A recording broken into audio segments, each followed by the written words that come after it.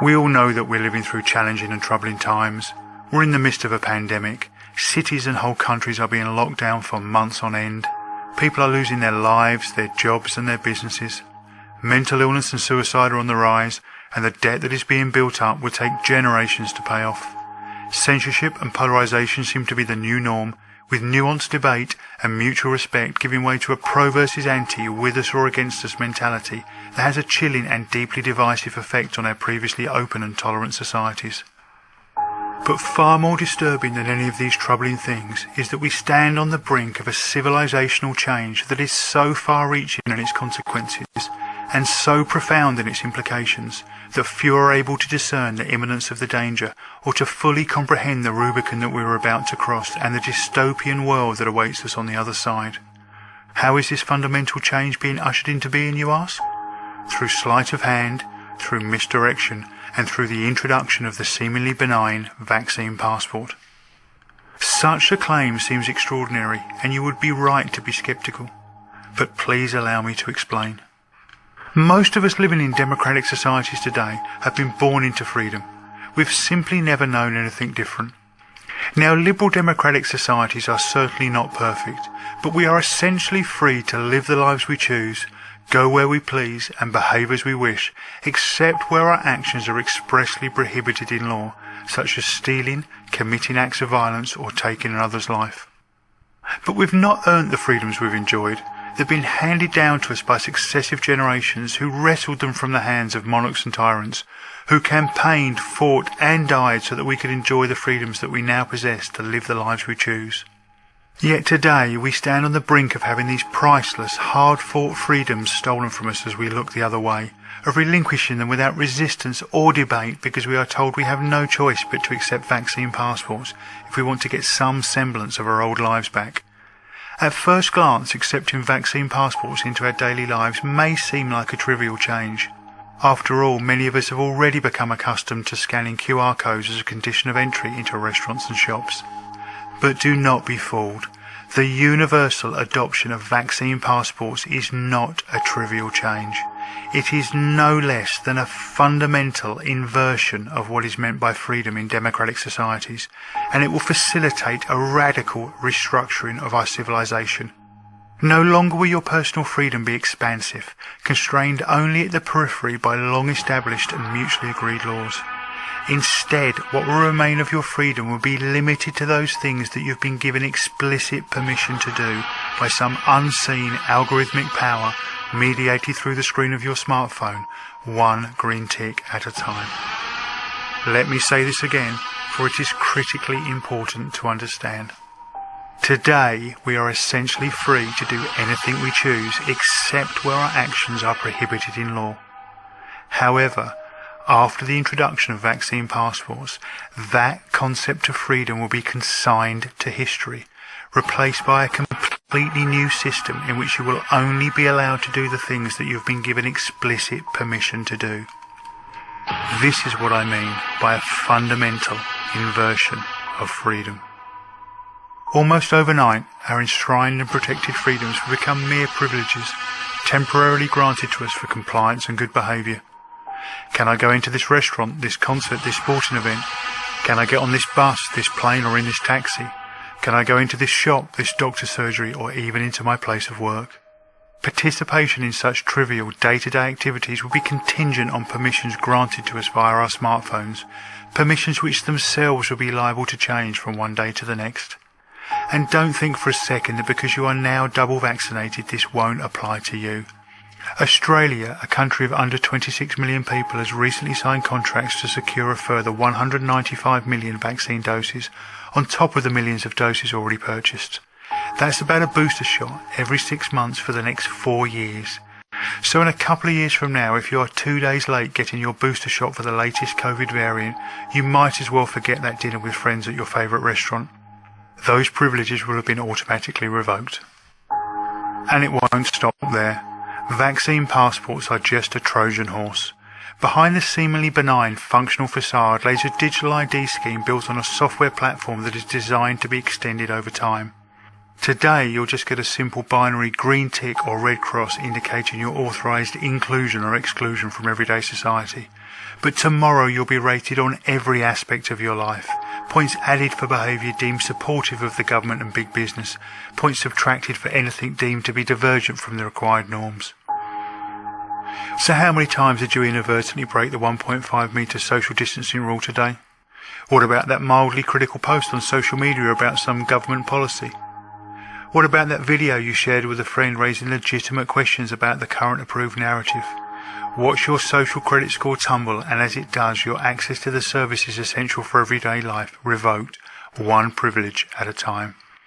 This sounds extreme, but the social credit system is already a reality in China, where people can't even board a train if their score falls below a certain threshold. Make no mistake, this is coming soon and to the entire world, and it's coming hidden in the vaccine passport Trojan horse. While such a world may seem implausible to us, if we stop and reflect for just a moment, it becomes clear that COVID-19 has already given us a taste of a world where what is permitted, and with it the boundaries of our freedom, changes on a day-to-day basis. The desensitisation has already begun. Although this vision of our imminent future is shocking enough, the true dystopian power of such a scheme only comes into view when we situate the vaccine passport digital ID platform in the context of the high-tech, highly surveilled world we already live in. It's no secret to anyone that the global tech giants monitor and record our every online action, with each post liked, every article shared, ad clicked and video watched used to build detailed profiles on us. These big data generated psychographic profiles are not only used to determine what products we may want to buy, but also, more chillingly, to infer our political preferences, our opinions, attitudes and beliefs, and even our innermost drives and fears. It really can be argued that, armed with big data, AI algorithms and near infinite computing power, Google, Facebook and Amazon really can know us better than we know ourselves. Furthermore, after Edward Snowden's revelations about the NSA's illegal and ubiquitous surveillance programs in the US, working hand in glove as they did with their Five Eyes partners in the UK, Canada, Australia and New Zealand, most reasonably informed people know that governments collect and store vast quantities of data on their citizens, including almost all telephone calls, text messages and emails. Every aspect of our lives today is monitored, scrutinised and profiled as part of the national security apparatus of the state or the for-profit apparatus of big business. To date, the Faustian bargain that we've made with big tech seems to result in little more than a gentle nudge here and there from an online ad or an eerily accurate Amazon recommendation to purchase something that we didn't even know we wanted. However, this will all change, and change forever, if we allow the vaccine passports to roll out. Why? Because the vaccine passport and the social credit system it will rapidly evolve into is the final missing piece in an automated architecture of total surveillance and social control. George Orwell has made us all familiar with the watching and monitoring aspect of surveillance, and we all intuitively know that the act of being watched puts pressure on us to conform to certain rules and norms. Think speed cameras on the roads and CCTV cameras in shops and town centres. But there is another aspect of surveillance that, apart from the occasional speeding fine, few of us have experienced, and that is the disciplinary aspect of surveillance, the punishment for non-compliance that's received at the sharp end of the surveillance architecture. Until now, that piece of the puzzle has been missing, but with the advent of vaccine passports, the mechanism to automatically discipline those who do not submit to prescribed norms and mandated rules will be carried in everyone's pocket every moment of every day. There is a term that's used in the academic discussions on surveillance known as turnkey totalitarianism. This is the idea that the surveillance infrastructure for a totalitarian system has been constructed around us, but it has not yet been switched on. The machine is ready, but the key has not yet been turned. Vaccine passports are the last part of that infrastructure, the last cog in the machine. They are the disciplinary sharp end of the totalitarian system of surveillance and control. Once we allow this final, critical part of the infrastructure to be slotted into place, once we accept it as just a normal part of daily life, the key will be turned, the Rubicon will be crossed, and there will be no going back. There will be no space for dissent, no opportunity for debate, and no room for deviance from prescribed norms and mandated behaviours. And as the crucially important space for debate, difference and non-conformity disappears, so too will the possibility of ordinary human beings collectively steering the direction we want our societies to go in. The machine will be on, eternally and automatically watching, profiling and scoring, guiding our behaviours and, when necessary, punishing.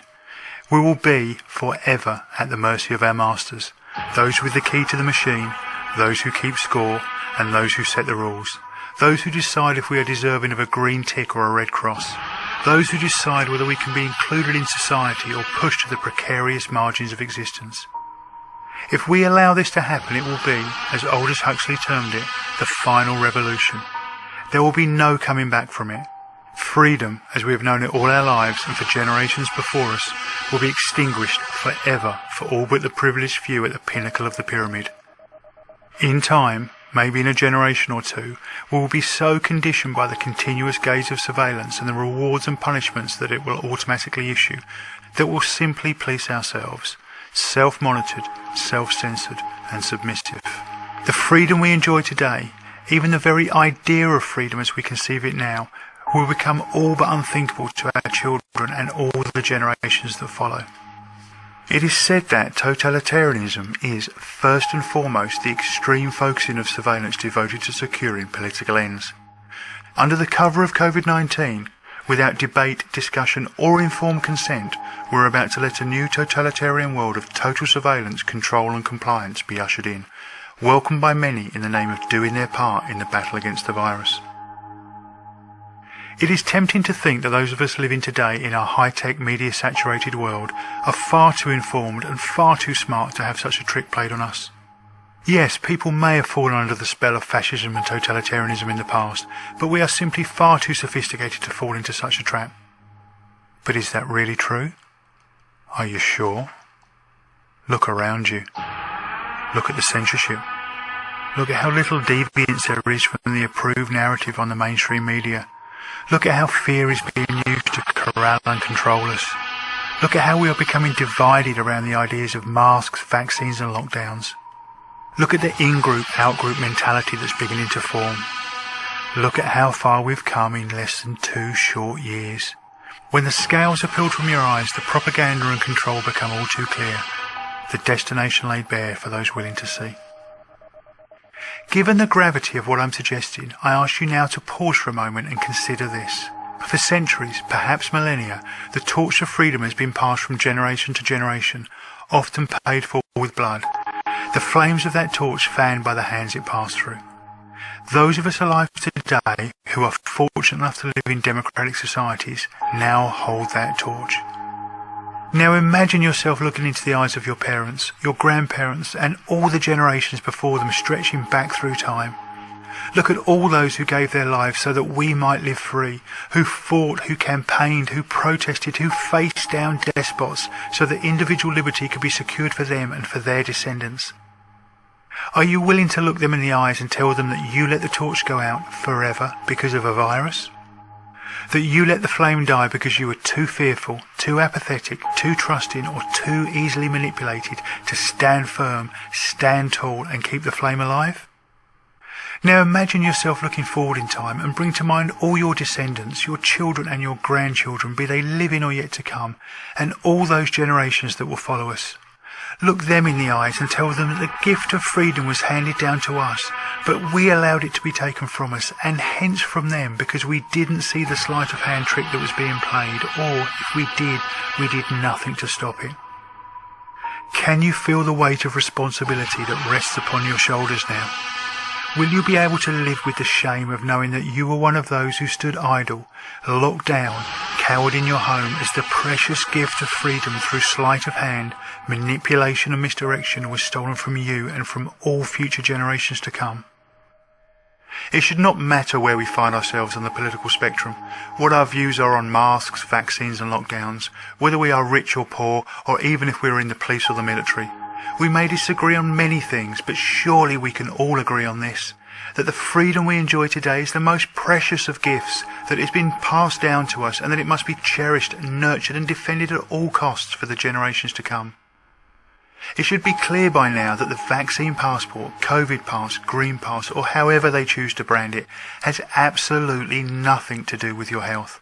And despite how it's being sold to us, its global rollout is not the way we will get our old lives back. In fact, the reverse is true. Vaccine passports are the perfectly engineered gateway for creating a completely new type of controlled and surveilled society, the likes of which we have never seen before. Therefore, under no circumstances, no matter what pressure is applied to us, must we allow vaccine passports to be introduced. Make no mistake, we stand at a pivotal moment in history, like the Spartans at the Battle of Thermopylae or the young men and boys on the beaches of Normandy. The true scale of what is at stake cannot be overstated. But this is not a message of fear and division. This is a message of hope, and it is a message of unity. I share this as my way of sounding the alarm, of calling attention to the imminent danger we all face. We are born free, sovereign beings on this beautiful earth. We are all brothers and sisters. We are one human family, regardless of colour, creed or nationality. No weapons need be forged, no ramparts stormed, no buildings raised. We simply need to stand up, to stand united and say enough is enough. We've seen through the tricks. We see the plan clearly now, and we will not allow our freedom to be taken from us. The torch of liberty will not be extinguished, not now, not ever, and certainly not on our watch. Our moment has come to defend it for all future generations, to fan its flames and to pass it on intact and invigorated to the generations that follow us. To our descendants we must say, in unison, we will not let you down. If this message resonates with you, I ask you to share it with your family and friends, for the time to act is now.